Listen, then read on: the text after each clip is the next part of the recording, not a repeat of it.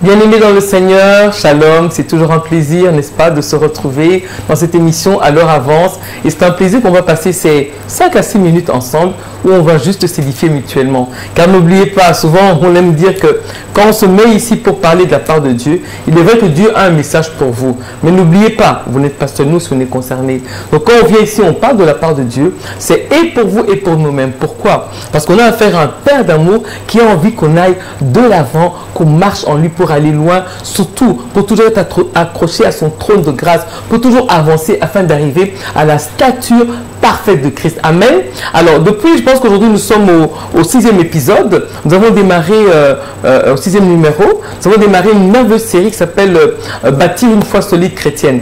Il est vrai, comme on dit, on fait que des petites capsules de 5 minutes. Le reste, vous avez le temps, comme des Béréens, d'aller faire des recherches. Mais nous, ici, on essaie toujours de prendre juste un petit temps afin de réfléchir ensemble à ces thèmes. Et le thème sur lequel on réfléchit depuis un moment, c'est comment bâtir une foi solide chrétienne. Je pense qu'on a démarré par Romains 10, 17, n'est-ce pas? La foi vient de ce qu'on entend vient de la parole de Dieu, n'est-ce pas? On a parlé de ça. Et on a rappelé surtout que le plus important d'abord, c'est de savoir que la foi chrétienne, il s'agit de Jésus-Christ. La foi chrétienne, elle est intimement liée à la personne de Jésus. Quelqu'un ne peut pas dire qu'il a la foi, mais il ne connaît pas bien Jésus. D'où on a rappelé durant tous les épisodes qui ont suivi qu'il faut prendre le temps de lire la parole. Car la parole de Dieu dit, Jésus-Christ est la parole faite chair. Ça nous est dit dans Jean, la parole faite chair. Donc on doit lire la parole. On doit comprendre qui est Jésus. On doit savoir en qui on a cru. Quand on sait en qui on a cru et on développe maintenant cette intimité avec Jésus, là c'est important. Maintenant on va avancer maintenant pour mieux bâtir notre foi. Prenez le temps de regarder dans les réseaux sociaux les épisodes anciens pour maintenant mieux comprendre tout ce qu'on a dit là-dessus. Alors aujourd'hui dans le 6e épisode, on est en train de chuter, mais je pense qu'on a encore des petites choses à se dire. On va lire un passage très important. On va lire dans plusieurs versions pour mieux comprendre ce que Dieu attend de nous, comment réellement bâtir une foi solide. Je lis ici dans Hébreux 12, le verset 2. Voilà. Je lis ici dans la version d'abord, second 21. Elle dit ceci. Faisons-le, donc c'est regarder en fait à Jésus, en gardant les regards sur Jésus. On parle ici qu'on puisse courir plutôt avec persévérance. Alors on dit, comment courir avec persévérance? On dit ici, faisons-le en gardant les regards sur Jésus, qui fait naître la foi et la mène à la perfection. Amen. Donc, il est bien dit, comme on a dit au début, grâce à Romains 10, 17, que c'est Jésus qui fait naître la foi. Et je pense qu'au début, on a bien parlé qu'on doit différencier la foi et la croyance. Parce qu'on peut croire en beaucoup de choses. On peut dire aussi qu'on a foi en beaucoup de choses, mais la foi chrétienne, bien aimée, c'est intimement lié à Jésus. Et ce passage de Hébreux 12 nous le montre correctement. On dit bien que Jésus-Christ ici, il fait naître la foi et la mène à la perfection. Amen. Vous voyez le secret? Pour bâtir une foi chrétienne solide, c'est regarder à Jésus-Christ. C'est lui qui fait naître la foi. Mais on va lire aussi dans d'autres versions. Et là, vous allez voir, c'est encore beaucoup plus édifiant.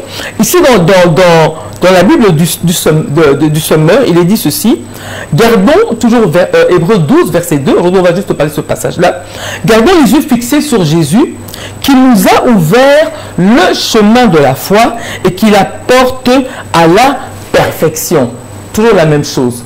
Donc Jésus-Christ nous a ouvert le chemin de la foi. Et on a parlé même que grâce à la foi, quelles sont les choses qu'on doit espérer. On a parlé, je pense qu'on a parlé dans Hébreux 11 par rapport aux choses qu'on doit espérer, ainsi de suite. Donc on dirait que Jésus, c'est lui qui nous a ouvert le chemin de la foi, qui la porte à la perfection. Alors, comment on va se perfectionner, bien aimé? Comment se perfectionner? Se perfectionner, c'est toujours en étant attaché à Jésus. Se perfectionner, c'est en gardant les regards sur Jésus. Se perfectionner, c'est tous les jours prendre du temps dans l'intimité avec lui. Prendre du temps de monter dans l'intimité avec lui. Prendre du temps de le regarder, de le contempler, de lire sa parole, de savoir qui il est, qu'est-ce qu'il veut, où on est. Donc, prendre vraiment le temps de communier avec lui. Vous savez, on va aller encore une autre version. Dans ce monde, ce n'est pas facile. On est occupé par tellement de choses. On a le téléphone qui nous accapare, on a la télé qui nous accapare, on est accaparé par divers écrans. Et quand on n'est pas dans divers écrans, on est sur les routes, on est dans l'ère des embouteillages, on est aussi au travail, il y a beaucoup à faire, à la maison. On est dans une ère où il y a beaucoup d'activités. Mais bien aimé, à un moment, waouh, on fait table rase de tout.